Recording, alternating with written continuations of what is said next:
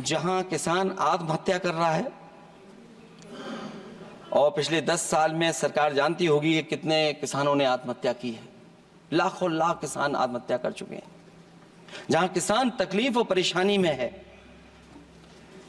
वहीं सबसे ज्यादा अगर संकट किसी चीज पर आया तो वो नौकरी पर आया है, रोजगार पे आया है। जब सरकार का बजट मैं पढ़ता हूं तो जो स्कीम्स लाई जा रही हैं उसमें, क्या ये स्कीम नौजवान को पक्की नौकरी दिलाएगी? क्या इन स्कीम से 5,000 रुपए देकर के आप नौजवान का भविष्य बनाना चाहते हैं? आप क्या दे रहे हैं आप? और मुझे तो ये लगता है कि जो वर्क फोर्स आप बना रहे हैं ट्रेनिंग देकर के सरकार के पैसे से, अंतोगत्वा इनको भी एक्सप्लॉइट वही लोग करेंगे, उद्योगपति। आखिरकार जब इतनी टेक्निकल, इतनी ट्रेन फोर्स होगी, तो आप ये मुझे बताइए कि उसके भविष्य क्या होगा? अगर इतने बड़े पैमाने पे आप ट्रेनिंग करा रहे हो, सरकार का बजट उसमें खर्च हो रहा है, तो सभापति महोदय उनका भविष्य क्या होगा? 5 साल के बाद। और जो अग्निवीर वाली नौकरी है, सभापति महोदय, कोई भी नौजवान जो फौज के लिए तैयारी करता है वो कभी स्वीकार नहीं कर सकता। जब पहली बार ये स्कीम आई थी अग्निवीर, उस समय बड़े बड़े उद्योगपतियों से ट्वीट कराया गया था कि अग्निवीर से अच्छी कोई योजना नहीं है, इनको हम नौकरी दे देंगे, हम अपने यहां रख लेंगे। और शायद सरकार में बैठे लोगों को यह बात याद होगी, क्योंकि सरकार खुद स्वीकार करती है स्कीम ठीक नहीं है, तभी वो अपनी अपनी सरकारों से कह रहे हैं कि अग्निवीर वाले जो लौट करके आएंगे उन्हें कोटा दीजिए, आप नौकरी दीजिए।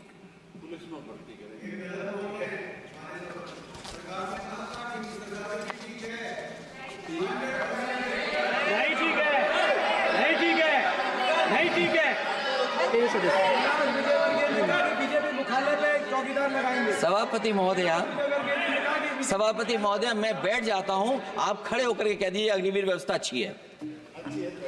मैं इस सभा में खड़े होकर कहता हूं, उस राज्य से आता हूं, हिमाचल प्रदेश से, जिसने पहला परमवीर चक्र विजेता मेजर सोमनाथ शर्मा दिए। कारगिल के युद्ध में सबसे ज्यादा शहीद होने वाले हिमाचल प्रदेश के वीर नौजवान थे। 4 परमवीर चक्र विजेता हुए, उसमें से 2 कैप्टन विक्रम बत्रा और सूबेदार संजय कुमार हिमाचल प्रदेश से हुए। और मैं कहता हूं, जी हां, जो लंबे समय से मांग थी 1 रैंक 1 पेंशन की, किसी सरकार ने पूरी नहीं की, वो नरेंद्र मोदी जी की सरकार ने यहां पर पूरी की है। और मैं एक बात और कहता हूं, अखिलेश यादव जी सुन ले, अग्निवीर में 100% एम्प्लॉयमेंट की गारंटी है और रहेगी। माननीय सदस्य साहब अपनी बात। सभापति महोदय, जो मैंने बहुत छोटा सवाल पूछा था, मैं दूसरी बात कहता हूं। अगर ये जो बात आप कह रहे हो, तो आपको जरूरत क्यों पड़ रही कि आपको उत्तर प्रदेश में और प्रदेशों में कोटा देना पड़ रहा है 10%? सभापति महोदय, सभापति महोदय, सभापति महोदय, सभापति महोदय, जहां तक परमवीर, रुक जाइए,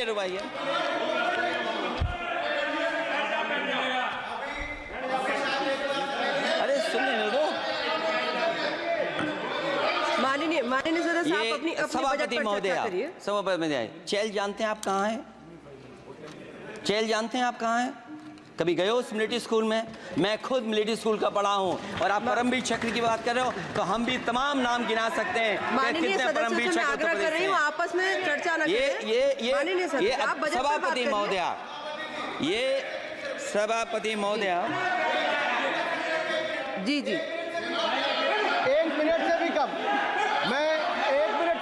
मैं आपके सामने कहना चाहता हूं, ये तो केवल मिलिट्री स्कूल गए हैं। मैं आज भी टेरिटोरियल आर्मी के 124 रेजिमेंट में कैप्टन के रैंक पे अपनी सेवाएं दे रहा हूं। अखिलेश जी केवल ज्ञान मत बांटिए। राहुल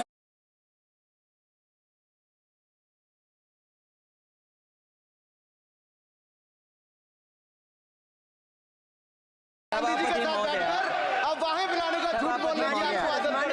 प्लीज बैठिए, प्लीज प्लीज। माननीय सदस्य से मैं आग्रह कर रही हूँ, आप अपनी बजट पर चर्चा करें। सभापति और भी महोदय, आपका समय भी पूरा हो गया है, प्लीज कंप्लीट करिए। सभापति महोदय, मैं इसलिए नहीं कह रहा, मैं क्या बात कहना चाहता हूँ, शायद मंत्री जी नहीं रहे इसलिए तकलीफ परेशानी ज्यादा है। और आप अरे हमारा दर्द नहीं समझोगे, हम आपका दर्द चेहरे से पढ़ते हैं। अच्छा दर्द मैं बताता हूँ, दर्द मैं बताता हूँ। माननीय सदस्यों से मैं आग्रह कर रही हूँ, सभापति महोदय, दर्द मैं बताता हूँ, दर्द मैं बताता हूँ। बजट पर चर्चा करिए माननीय, प्लीज बजट पर चर्चा सभापति करिए। जी, दर्द मैं बताता हूँ, देखिए दर्द बात पहुंचेगी कि नहीं पहुंचेगी। सभापति महोदय, उत्तर प्रदेश से जब से हारे हैं तब से कोई नमस्कार नहीं कर रहा है, तकलीफ वो है आपको।